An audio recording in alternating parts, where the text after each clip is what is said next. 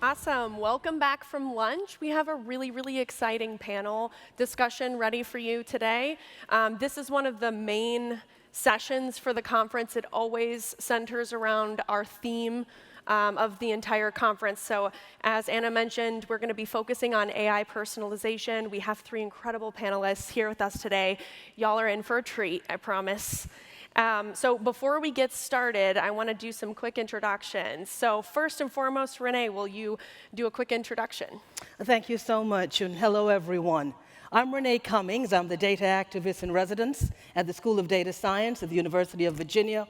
I'm also a criminologist, a criminal psychologist, AI ethicist, and of course, a data activist, and it's certainly an honor to be here. Thank you.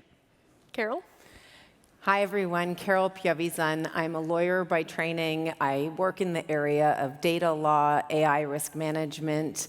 I'm also a professor of law in the area of AI regulation, and I follow AI regulation in Canada, the US, the EU, and around the world. So I'm really delighted to be here. Thank you. Hi, everyone. My name is Shani Spivak at the FBI, where I work primarily in data science, and especially diversity and tech at the FBI and across government in terms of AI ethics and AI governance as it's being developed. And very happy to be here, especially with such a panel as this. So thank you. Awesome. So as you can tell, we have some incredible panelists up here. Very honored to be sharing a stage with all 3 of you.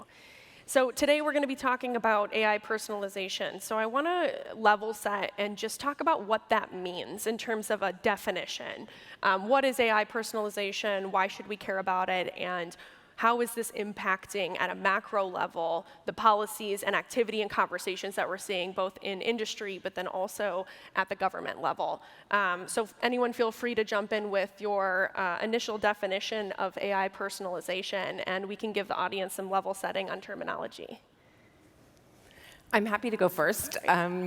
So when I think about AI personalization, I think about a technology that can learn off the data environment in which it's situated, and in so doing, start to really, in a very sort of increasingly predictive, accurate, reliable manner, start to identify things about our own behavior that we may not even be so attuned to on our own. So that for me is where the personalization sort of component of artificial intelligence comes. When you ask about what is the policy environment and what is why are we talking about this in a policy context, think about that. Think about the fact that a technology can start to identify things about you that you may not even be so attuned to on your own. And what are the potential implications of that? So for 1 second, I'm going to take you into the world of privacy law. I promise I won't go into the details of provisions and put you all to sleep after we had such a great wake-up session. But to Team Wonderful and Team Terrific, I hope you're both still awake. So for the 2 seconds of privacy law, the whole reason we have so much emphasis on privacy law is because we as individuals are giving up little pieces of data about ourselves, and we're doing it in exchange for a promise of a service or a product. And in so doing, there's a whole question around, well, do you still own that data, or have you given it up and now you have no rights over it or no ownership over it? And so the law is really trying to work on that and say, well, no, you still have certain entitlements. At least you have to be entitled to a fair trade. So the same kind of principle applies in the world of artificial intelligence as well, where we look at some of the implications of artificial intelligence and we start to say, well, what is the right context to ensure that this technology really advances our values and doesn't ultimately subvert them? That's wonderful. Renée, would you like to add some flavor to that, too, around some of the ethical? Sure, definitely, and thank you so much. So when we're thinking about personalization, we're thinking about having this real-time concierge service. Most people think about it within the context of e-commerce and retail and customer management, customer satisfaction, and just enriching the customer experience. But from a criminology perspective, we've been looking at it within the context of power.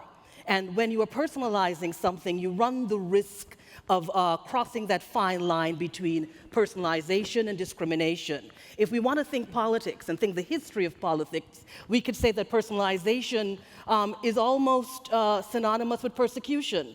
When we think about the politics of genocide, that's a form of personalization, political personalization. When we think about that data, your information being weaponized against you. So when we think from an ethical perspective about personalization, yes, we want the immediacy of that experience. We want to feel as a customer that someone knows us. They have the information. We don't really have to think about what we want. Someone knows what we want. But we also have to think about how do we protect people? Because we run the risk of doing an extraordinary amount of harm when we think of the power of AI, when we think of its pervasiveness, when we think of something as simple as personalization could become discrimination and bias and persecution of another group. When we think about how do we protect that power, but how do we understand that AI has extraordinary potential and promise to really just transform every experience. I think you did a great job emphasizing the gravity of what we're currently going through, and I think a lot of us are probably thinking about how do we ensure, how do we fix this? How do we ensure we get ahead of it? So Shani, I'd like to hear a little bit from your perspective. What are you seeing in terms of the efforts that are happening, not just in the US, but globally, on trying to address this or get ahead of this from a policy or government perspective?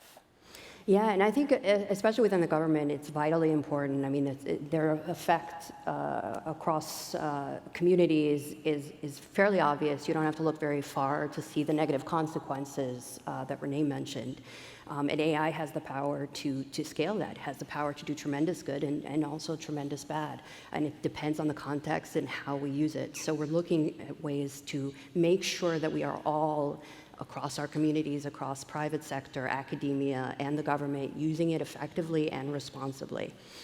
The National AI Initiative Act of 2020 in the US established a number of these lines of effort, including the NIAC, the National AI Advisory Committee, which includes private sector experts and academic experts on AI and AI ethics to advise the president. It also established the AI Initiative and the National AI Research Resource Task Force. That task force is actually looking for public comments on a lot of what they're producing in terms of recommendations.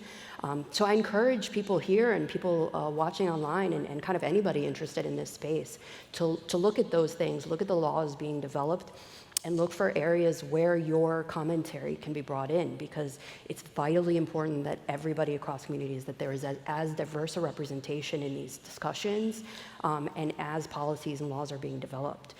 NIST is setting up an AI risk management framework. The draft is out and was open for public comment. So anywhere that that's possible, always encourage people to participate in that discussion. That makes the whole process more robust. And it's that diversity that makes things more effective. Because where we do see bias, especially in AI, I think maybe Kendra Clark in one of the other Women in Analytics presentations had mentioned that bias is a deviation from representation. And I think that's a very good way to, succinct, clear way to say it. When we see, bias in algorithms, it's many times because populations were not adequately represented in the training data, and the teams weren't diverse and cross-functional, or there wasn't independent oversight. So we're trying to build all of those things into processes, and especially across government. Yeah, I love that. And if any of you were here in 2019 too, we had Kathy O'Neill on stage, the author of Weapons of Math Destruction. She talks a lot about this, some of these implications.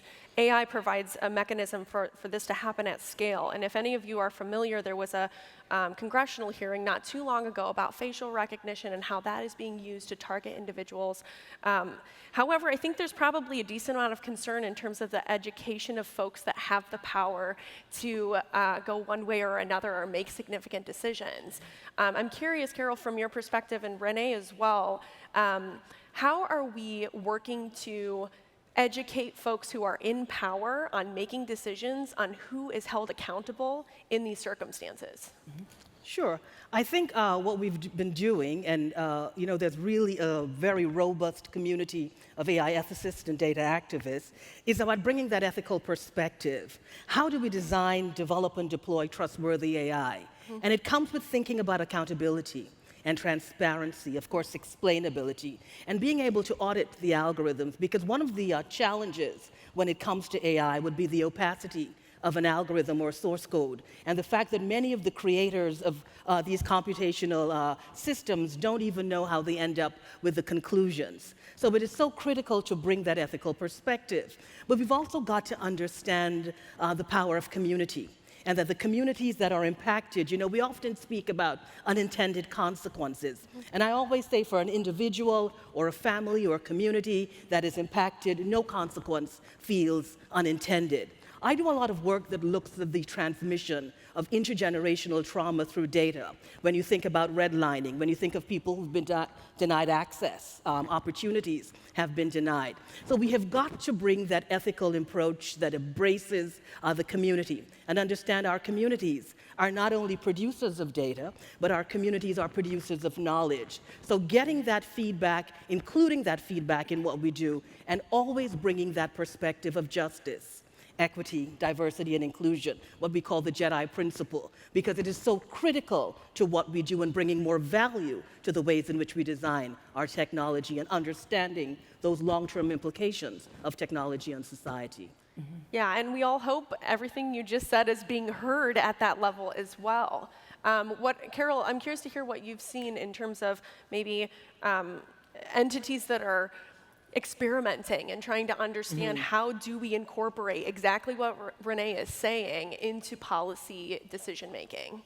Yeah, so I 100% agree with everything you've said, because getting those different perspectives it's starting to be baked into law. They talk about it in the form of stakeholder engagement, but that's not very well defined, and so it's still very much left up to the sort of individual entity to define how to go about and do that. I think we need more clarity around what that looks like so that you can pin organizations to a particular standard. So in terms of the policy level and how are we going to get decision makers to really understand the nuance and complexity of technology, we see it happening at multiple levels, right? So you've got it at the international level. You have multilateral organizations that are currently focused on responsible AI. There's the Global Partnership on AI. The OECD is doing a ton on sort of AI standards. You have standard-setting bodies that are doing all of this. The question is it resonating with policymakers? And the reason we're asking that question is because it's really the policymakers that are down the line. They're going to contribute to or help draft, not draft, but ultimately pass laws. And it's against those laws that we will be held to account, or it's against voluntary standards like NIST's AI risk management framework. So are they going to seize on the right issues, or are they going to create a framework that is ultimately not practical or doesn't do what we're hoping it will do, which is prevent harm? And I think the best way, or one important way to enable policymakers to really understand what the issues are, is to continuously bring it up. Because it's been a number of years now that policymakers are hearing there are big issues, there are real concerns, but we need to bring practical experiences up to the policymakers, not experiences of harm only. We need to show them there are great benefits and there are great harms. And so you need to, really look at how you're going to manage between these different qualities to enable and to sort of navigate a responsible AI framework. For organizations, they do need to start, I think now, implementing the sort of benchmarks of what a responsible AI program looks like, and then test it out and iterate it. I think a number of organizations are sort of waiting for the law to materialize or the voluntary standards to come forward, and then they want to shift to those standards, and I say that's too late. You can start now. We already know what it looks like.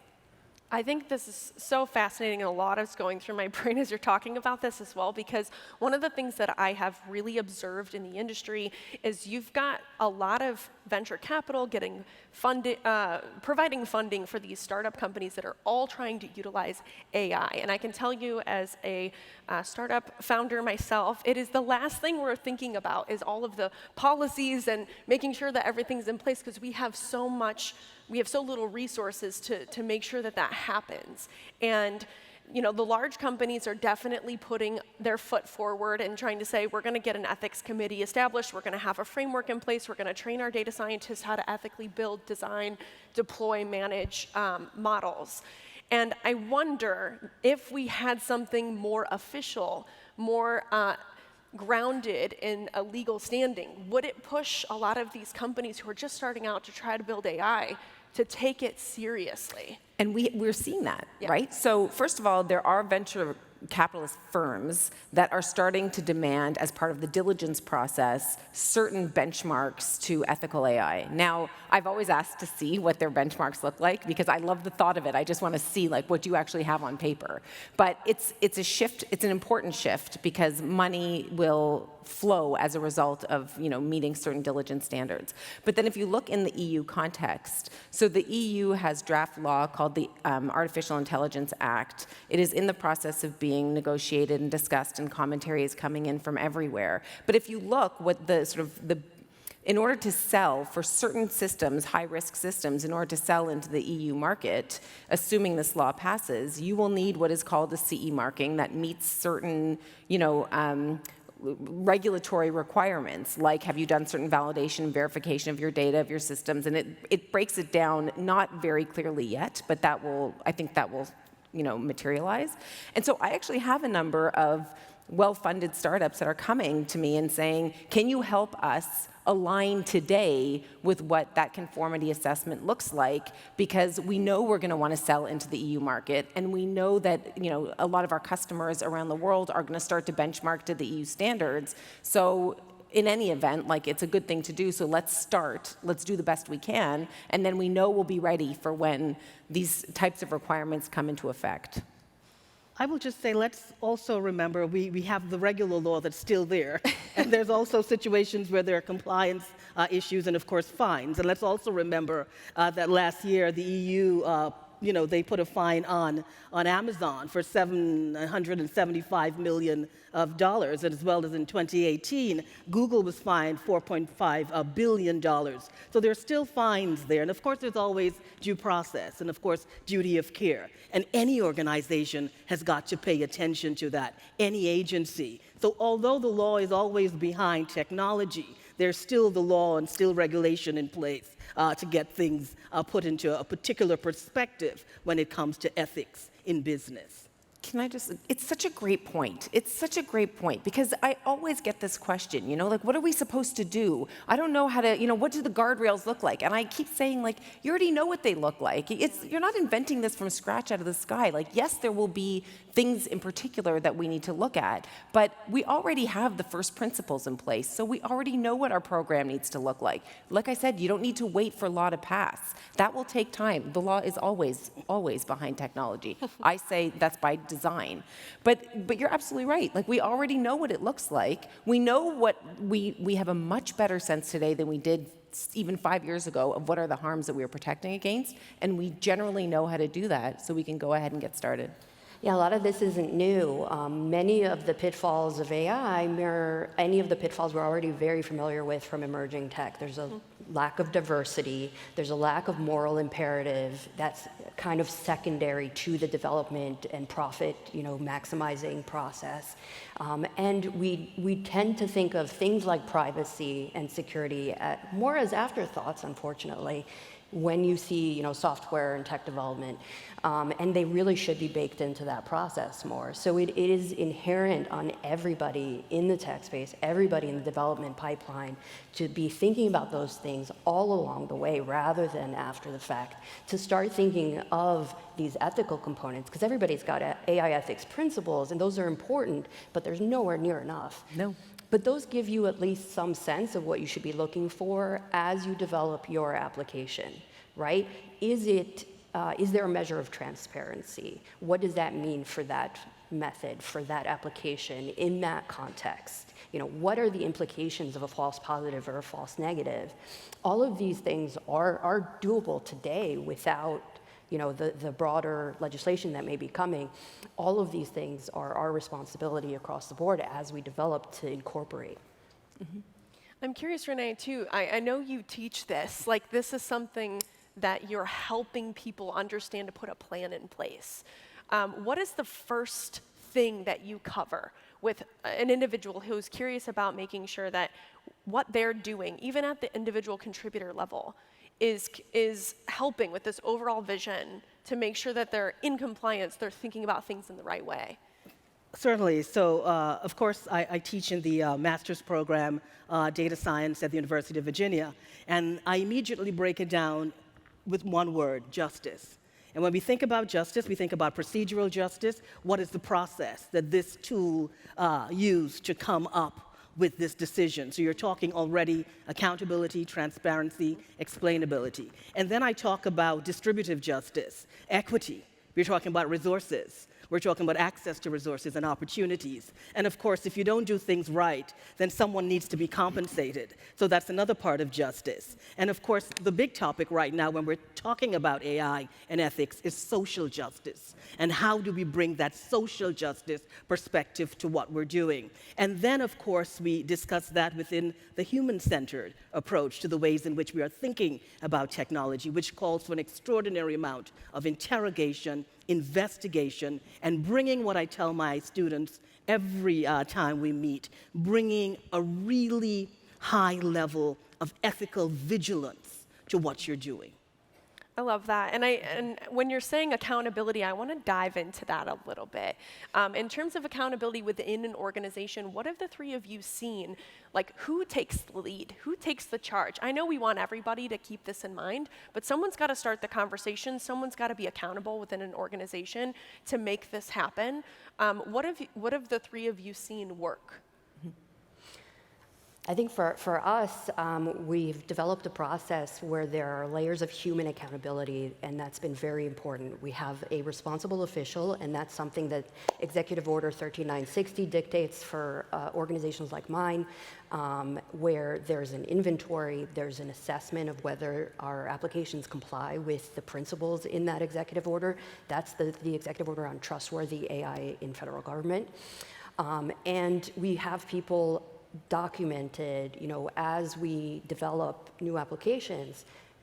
The requirement is to answer the question of who's responsible for that application, for when things go wrong or if things go right, or who are the different layers of POCs that are associated with the mission side, the technology itself, and the downstream effects. So overall, there's a responsible official or chief technology officer, but there are also documented people that you can actually go to and speak with and work with for any given application. And I think that's worked fairly effectively, primarily because we also have this more robust process of an AI ethics council that brings in diverse perspectives to provide an oversight similar to an IRB.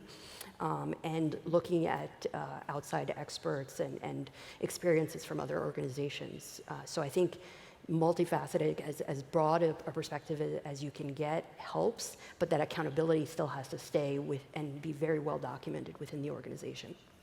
And definitely, I speak about it from the level of personal accountability. Mm-hmm. You have got to be accountable for what you're doing. If you are a professional working at the top of your game, you've got to understand that ethical approaches, trustworthy approaches, and responsible approaches to technology are requisite. Then I speak a lot about organizational accountability, which means if you're an organization, you have got to engender a culture, an ethical culture in the ways in which you are designing and deploying AI, and of course about collective responsibility as individuals and members of a society, understanding that if we are not doing AI ethically, then we are now infringing on people's civil rights, civil liberties, and human rights. And that is why it is so important to bring that social justice perspective to the ways in which we are thinking about technology, because it definitely brings more value to the design.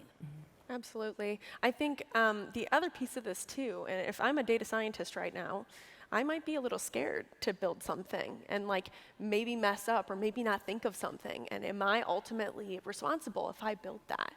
So I'd be curious to hear your perspective on that too, because when you look at it from, and I remember in my engineering school, we had to take an ethics class for engineering, and a lot of the examples were around if you build a bridge and that bridge collapses and people get injured, who is accountable for the fact that it collapsed?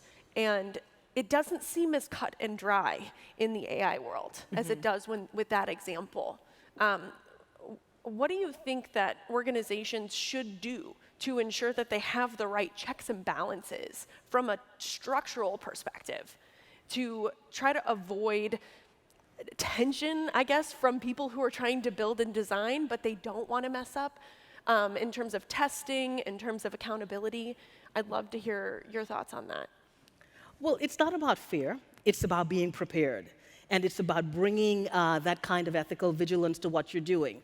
Because in an organization, if you do it wrong, you face many other risks, right? There could be financial risks, there could be reputational risks, there could be the risk that your customers just migrate to someone else. So you've got to bring that risk-based and rights-based perspective to what you're doing. And one of the things that I always say to my students, of course, who are data scientists, I'm not a data scientist, although I work with data scientists, is that the work of a data activist is to stretch the imagination of the data scientist and to bring that requisite level or heightened consciousness to the work in which you are doing. So it really is about empowering yourself with the knowledge that is required to really excite the imagination of your design with diversity, with inclusion, with a perspective that is equitable, and always bringing that justice-informed perspective and an understanding of how sometimes data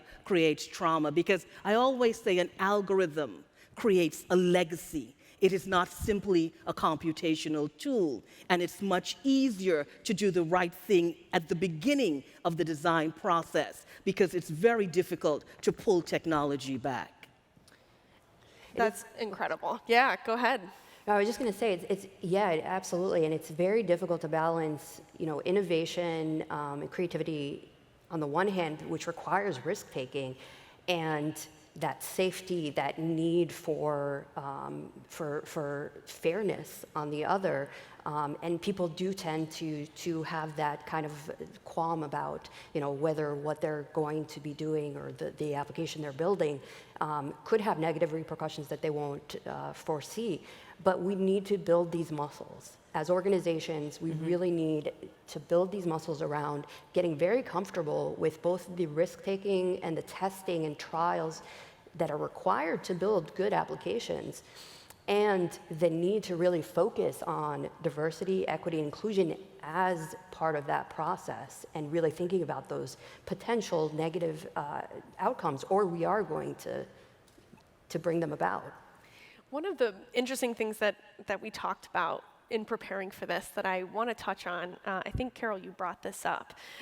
It was around trying to prove your innocence as a potential option for litigation when things do go wrong, which is kind of backwards of what we're used to. Can you talk about that a little bit? There was some conversation about what the EU was considering in terms of being able to prove that you did do things correctly because of how challenging it can be to have traceability, but also maintain the IP that you've developed.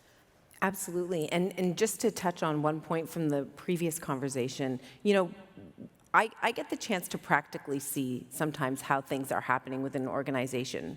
And what I'm seeing right now in this world of balancing the innovation with an appropriate risk framework is that there are a number of efforts that are being made within organizations to improve data and AI literacy as a component of the organization. I had the pleasure of having lunch with Lori Silverman, who I think is still here, earlier today, and I know that she'll be speaking later. And I said to her that it was so fortuitous that we were to sit down because the biggest issue that I have my own mental framework about what I always work on. And I always say you start with the people, values, and culture of your organization, you look at your data practices, you look at your AI system risk stratification, and then you look at your controls. There's a lot that goes in each of those buckets, but that to me is the mental framework I always go through to check the boxes and make sure I haven't really missed anything, at least at the high level. And it's that first piece that Lori's going to be speaking about later that I think is so critical and very, very hard to get right. It is the piece of how do you engender the right sort of sense of responsibility that is starting to be baked into elements of law and is being baked into elements of an accountability framework. So if you look at the Berkman Klein Center's study that sort of surveyed 95 different responsible AI frameworks, one of the key themes, they distilled the various frameworks into, I think it was 10 key themes, and one of them was professional responsibility and professional certification. So I do anticipate standard-setting bodies starting to look at this a little bit more seriously in terms of what is an appropriate certification for certain types of AI system building.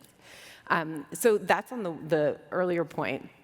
In terms of the changes, so these systems are incredibly complicated. As a litigator by training, I spent 10 years, on the defense side of many, many companies. And actually, the way I got into AI is I kept thinking like, I wonder how I would represent a company if I said that the system was X versus Y. Like, does it change the dynamic? And in fact, I think it does. And so what was so interesting is in trying to understand the complexity of these systems, the EU in particular has proposed an approach to product liability. So the EU is really defining certain high-risk systems as being based in product liability law. And in so doing, what they've said is where it is too cumbersome or expensive to prove the element of causation, meaning that the system actually materially contributed or caused the harm, that it would actually be on the deployer of the system or the developer of the system to prove that the system did not cause that harm. So it's a reverse onus of proof. And that's a really interesting proposition for many, many reasons, including that it really showcases how complicated some of these systems can potentially be and how unrealistic it will be to litigate harms associated with these systems, which is why we need exactly what we're talking about on either side of this panel, which is really that sort of policy framework to do the right thing from the get-go so you can try to prevent as much harm as possible because it's so hard to litigate down the line. Something that I think is so interesting about that, too, is if that is true, or if that approach is followed through, how can we trust results that come out of that? There's a lot of research done with kind of like forensics when there's any kind of technology involved, and how do we put the right auditing components in place? I know the financial services industry has got a lot of compliance, so they're starting to put auditing trails in place that are helping them to automate a lot of that. But how do we trust the results if they are truly going to be providing information about the way that it's designed and the way that it works without giving away their IP? Well, it's a big challenge, and it's one of the big discussions always in ethics, the question of auditability and the fact that most vendors and developers of algorithms and source codes don't want any outside auditor close to it, because we are talking now about proprietary rights and, of course, trade secrets. So that's the toss-up there. But when we think about it, in particular within sentencing, and the fact that algorithms have been used to deny people parole, then you understand how critical it is for us to be able to audit an algorithm. One of the other interesting things about the EU for me is the fact that not only does it provide some space for redress, it's introducing some sort of a very interesting approach to monitoring, and the fact that they're saying not only do we need to democratize AI so that every individual could understand how AI works and how AI comes up with a decision, but also we need to have mechanisms in there to monitor. Monitor if you've been touched by facial recognition or by biometric recognition or by any kind of AI tool that is used to determine emotional state or a propensity to perpetrate or proclivity to perpetrate criminality. So the EU does offer some really interesting approaches. Whether or not it's going to become commonplace, we can only hope and hope that it really happens in real time. Yeah, I think that's so great that you mentioned that, too, because I can recall so many times where people, they're on their phone and they're like, how did it know that I wanted to buy that? People, like, I didn't even type it in. I didn't Google search it. Mm-hmm. Like, I think people are starting to understand that that is a thing. They're getting very comfortable with it. But in terms of explaining the ins and outs of how it works and the implications it has to you as a consumer, as a person who is engaging with this personalized system, I think we still have a long way to go. And I just want to tell a quick story on that because it's something that always stuck with me. So a friend of mine wanted to, give me a sec, but a friend of mine wanted to rent an apartment, okay? And she came to me and she said she can't rent the apartment because she was given, and English is not her first language. She said she can't rent the apartment because she was denied by the landlord, and could I call on her behalf?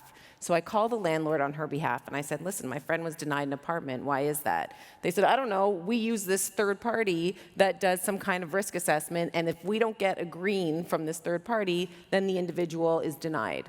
So I was like, great, give me their number. I'll give them a call. So I give them a call, and I said, listen, my friend was denied an apartment in the condo she wants, or whatever, the apartment building she wants to live in. Can you tell me why? And the guy on the other line literally said to me, no, I can't. We use an algorithm, and I can't understand why the algorithm produced the output it did, but all I can tell you is that she got a yellow. To which I said, hilarious. You are definitely talking to the wrong person, and you will find out how to get her a green, and I don't care what your algorithm says. Lo and behold, she did get the apartment. Okay, we got her in the green, and she got the apartment. But I found that so problematic because it seems like such a benign tool. It seems, I don't know what the risk assessment was. I interrogated them for about 10 minutes, and then I was like, I honestly don't care. Just get her in the green and reconsider everything you're doing, and then we can talk later. But which worked, especially after I said, that's funny, I'm a litigator in the AI world. Are you sure you want to go down this road? No? Okay. But look how, that's where she wanted to live, according to, in her social network. It was important to her. She didn't have the skills to advocate for herself. And there was this system that was presented as being fair and objective, neutral, the myth of neutrality with AI, and ultimately could have denied her that thing that was so important to her. So when we talk about these real harms and these real life examples, like these are real individuals that are just trying to get an apartment, right? Like, they should be entitled to get that apartment without being subjected to this automated decision system. We often talk about the right to recourse as a result. Like, it's the right to understand and the right to recourse. And I just want to tell another story because Please I do. like that story. Okay, great. Because everyone wants a friend just like you, and I love that. But the thing about AI love and to be your friend. algorithms is that most people don't know a decision was made about them. So when we think about Black and brown communities and the kinds of challenges they are facing, they don't have that great friend like you to pick up the phone and call the mortgage company, or call the finance company, or call the public benefits office, or call the education department to say that you have a problem because I'm her friend and I'm a litigator. And that's the challenge for communities of color when it comes to bias and discrimination in algorithms. Those decisions are made without them knowing. So when I speak about the transmission of intergenerational trauma through data, when a family is denied, it means opportunities are not there, resources are not there, children may be taken away from homes, public benefits are not going to reach accounts, and nobody has anyone to call for them. So that is when you understand the real-time harms for Black, brown, minoritized groups. When we think of facial recognition, and when we think of someone being wrongfully arrested, it's not only the arrest, it's now that you can't go to work, you've lost your job, your children have seen you arrested in front of them. They now have an extraordinary amount of trauma, and it's going to take that family an extraordinary amount of time to pick themselves back up if they ever do that. And I'm so glad that you connected it like that, because when we think of the implications of the false positives and the false negatives, people normally don't think that far. They think of that person didn't get a loan, that might affect them in A, B, and C, but there's so much more to it than that. So thank you for adding that. I think that's just so important to articulate there. And everybody needs a friend like Carole, okay? I would love to be all of your friends. That access is hugely important. I think there's so much kind of blind faith in AI these days. There's a little bit too much sometimes. And there's a tendency to think of it as being built on humanity and society and it's all-knowing. And the reality is more like it's built on our exhaust. It's built on the digital trail and some behaviors that could be caught. But if you dig down, how much of that really represents who you are as a person? How much of that represents a historical context, one that you may not really want to propagate? So there's a lot to think about in terms of how we're building these models that stems from the data we use, what we're feeding them, and what we're building them on. And I love this conversation too, because I'm a big advocate for UX designers to think about these types of things. Like, this isn't just the algorithm and being a data scientist. Can we design systems that create transparency in a way that's consumable to the user, to any user? And business idea, you guys can call it Carole, right? So have something there that every time that you've got an algorithm behind the scenes, there's some sort of transparency that pops up for you, that gives you an understanding as to why, who to call, who to contact, what to do. I think we have a lot more education around that to keep pushing as we're starting to design these systems. And I love that. And we've got about 15 minutes left, so I do want to make sure we get some questions from the audience, so think of some. But before we do, I want to go around, and a lot of you mentioned some of the resources that you're talking about. There's a ton of work being done, lots of people behind the scenes to write policies, to make sure that the right conversations are happening in the ethics realm. If you were to give some recommendations to everybody here so that they could learn more, what would you recommend? Where would you point them? Oh, man. There's so much out there. Well, I think you can Google what needs to be done. But what I usually say to my students, or to when I step into a boardroom or wherever I go, is that the greatest resource is your own mind. And you have got to understand your own biases. And sometimes biases are so steeped deep into our subconscious that we often don't know we have them. So it's about understanding the power of implicit bias. It's about being conscious and bringing a requisite level of critical thinking to the work. It's also about something that I call ESP, which is bringing an enlightened perspective that is critical, bringing a certain measure of spirituality, which speaks to mindfulness and empathy and understanding what it means to be human. And of course, always being positive and thinking positively about others in your work, and understanding that we need to use data and AI for good. And I think if you go with that into any space, you are going to really lead from a position of intention. That's what we really want in AI. Mm-hmm. My recommendation is so painful, because what really got me interested in AI at first instance was this book called The Legal Theory of Autonomous Agents, which I appreciate might not be on New York Times bestseller list. But it's now on my bestseller list. Thank you. Okay, my husband mocked me mercilessly as I had it beside my bed forever, and I'd be reading it. He's like, that is ridiculous. But the reason I thought it was so interesting is because the content for sure, but also because it forced you, it's sort of touching on your point, Renee, which is it forces you to think critically about what you know and what you don't know, in a sense that I was interested in the content, but then it was the process that led me to think critically about every little piece that I was dealing with. Take nothing for granted. Ask why. Like, get behind it. Go back to first principles. See if I agree with it. So that to me was such and has been such an interesting journey, because I always end up stopping myself and saying, well, where does that come from? Am I sure that this is right? And I go back to first principles and I start again. So, you might not want to read it, but there are a number of really great papers out there, especially now, that are talking about ethics-based auditing, sort of responsible AI and trustworthy AI. And they're academic, they're practical, they're out there, and there's a ton to read. Yeah, and I think that vigilance and that critical thinking, those are two big components you should be incorporating into your process across the board, and encouraging all of your employees, your customers even, to think that way about AI. I mean, there are processes you can undertake if you're developing an application. think about how you're documenting a lot of these decisions. You know, there's data sheets for data sets, there are model cards. There are a lot of ways to document the really, really important information about the underlying data, the model itself, the context, you know, who it's going to affect. Those are important key steps that anybody can take. You can also look at the legislation as it's being drafted, proposed, introduced.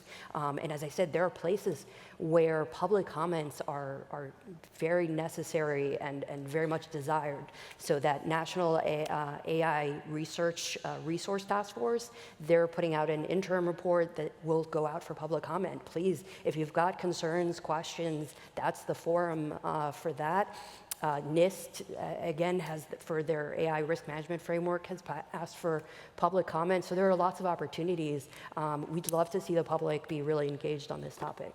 That's wonderful. And I think we're going to go ahead and open it up for questions from the audience. There should be someone with a mic who can come to you. And if you've got questions, please raise your hand.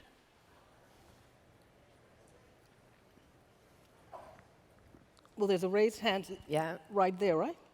Yeah. Well, I don't. Maybe it's worth. Do you want to stand up? Yeah.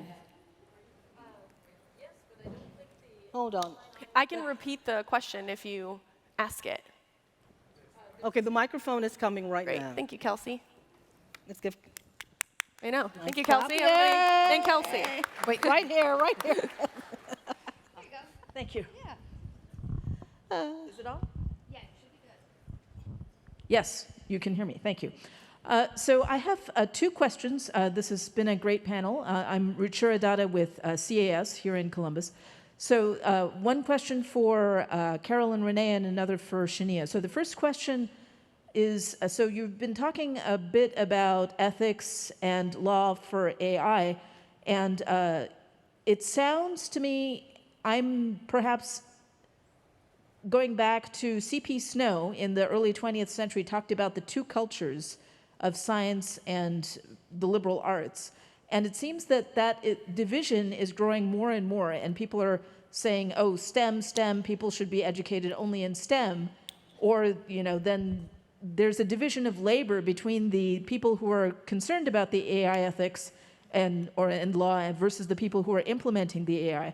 And I'm wondering, to what extent is that really feasible? Because law in an open society, it guards the boundary, but really there have to be norms before law, and there has to be, actually, that education has to be on all the implementers, and then, you know, the law and ethicists can catch the edge cases.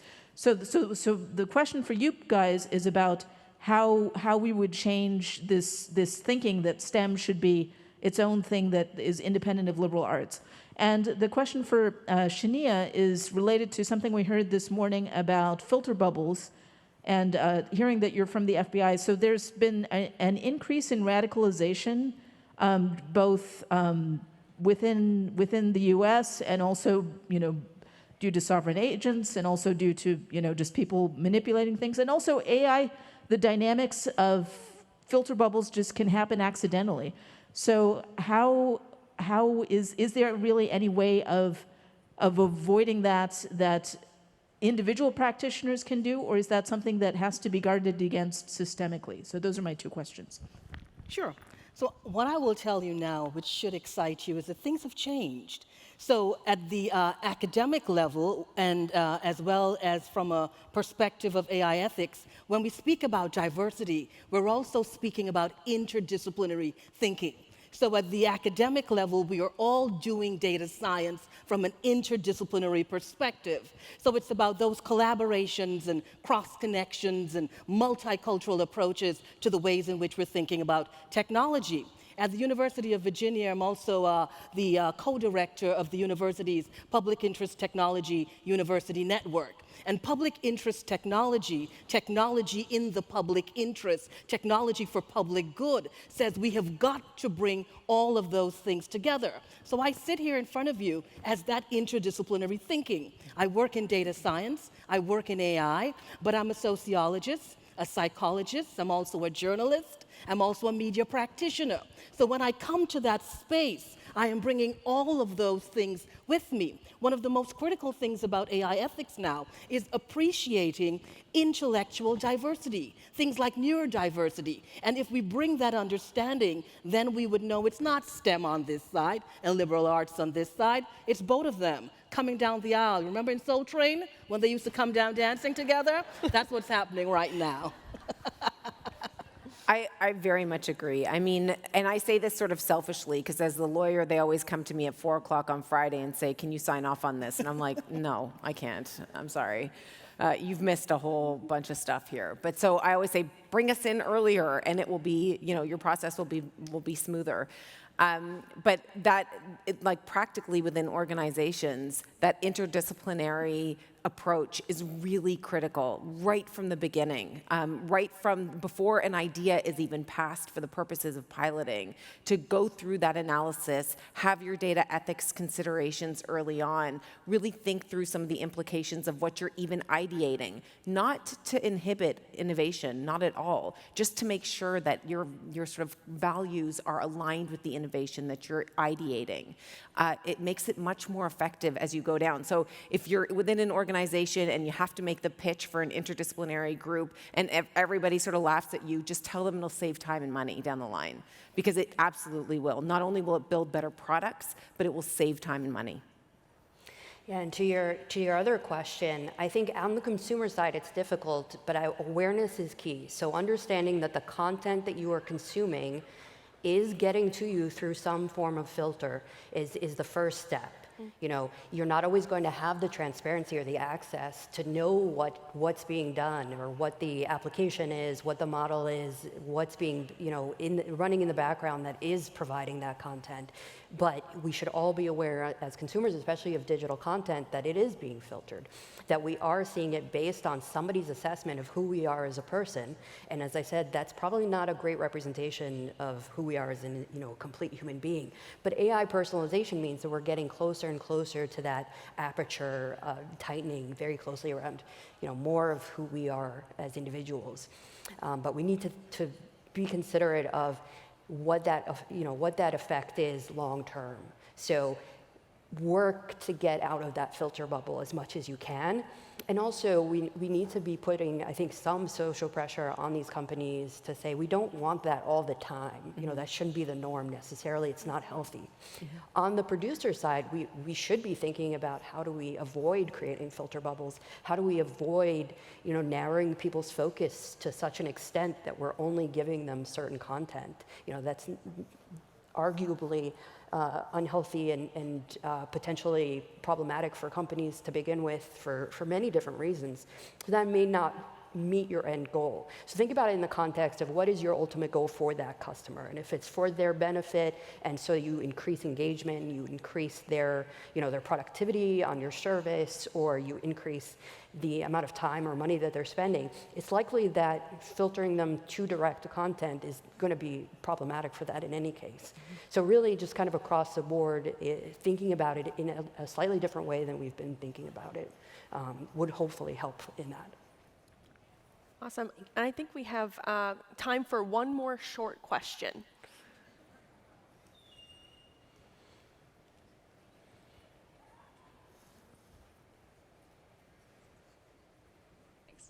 Hi, I'm Lizzie. I'm on Nationwide's Ethics and Practice team. We just started pioneering in the space within the last couple of years, and I wrote down a couple of notes on pieces of legislation I'm definitely going to Google after this, but I was wondering if you could give us some examples of policies or legislation that have had really positive impacts in this space in terms of data privacy or justice and things like that. Well, I think the most cited example of a strong privacy law is the EU's General Data Protection Regulation. It's got its advocates and its critics for sure, but within the GDPR, there has been a lot of, it has set a certain global standard for data protection and for the relationship between the data subject, or us, and those who are asking for our data, being the data controller. There are also provisions that touch on automated profiling profiling and restrictions or notices that are required under automated profiling systems. So we're starting to get a little bit of flavor there in the privacy context. In the AI context, you have a lot less that is specifically tested, but a lot that's coming up. So you look at the New York City AI ordinance for AI systems in the context of recruitment, requiring a bias audit, still having to determine exactly what that means, but having a notice requirement to individuals, so you have that right to recourse. I have a right to know that you've subjected me to an automated decision system, so at least then I can start asking some questions at the very, very least. I think what we're going to see a lot coming down the pike is a focus on automated decision systems and real guardrails around automated decision systems and the use of facial recognition technology primarily. We already see that in various states and cities in the US. It's starting in Canada as well. And to that, I will just add, for privacy, you'd want to check what's happening, of course, with California and the Privacy Protection Act there. And if you want to do a deeper drill into facial recognition and privacy, two good places to look would be San Francisco and how they pushed back against it, and of course, Virginia, which also was really stringent when it came to the deployment of facial recognition. Mm-hmm. Yeah, and I would recommend, as I said, research into the National AI Initiative Act and everything that's flowing from that. 3 major initiatives that I mentioned are part of that, and that will dictate a lot of the AI research kind of across the national space, how that plays out, and they're really the objective that they note first and foremost as part of that is to develop these AI research support systems and ecosystem with privacy and civil rights and civil liberties baked in from the beginning. Mm-hmm. So how do they develop trustworthy AI practices while building capacity, enhancing innovation, and improving the entire ecosystem without losing sight of all of those things that have to come first. So that the Trustworthy AI, Executive Order 13960, and others that I know we'll probably see coming down the pike, I think those will have a lot of impact on how we develop and deploy AI, whether it's private sector, academia, or government. Mm-hmm. I also had to do a lot of Googling after talking to them to prep for this as well, so I highly recommend it. You'll learn a ton. So we are out of time, so how about everybody gives them a great big round of applause for this panel discussion? Amazing. Such a great discussion. Thank you all so much for being here. None of them are from Ohio, and so they all flew here to be with us. So we're super grateful for that. So thank you so much. Thank you. And I'm going to kick things back over to Anna so we can get into the break. So thank you. Thank you very much.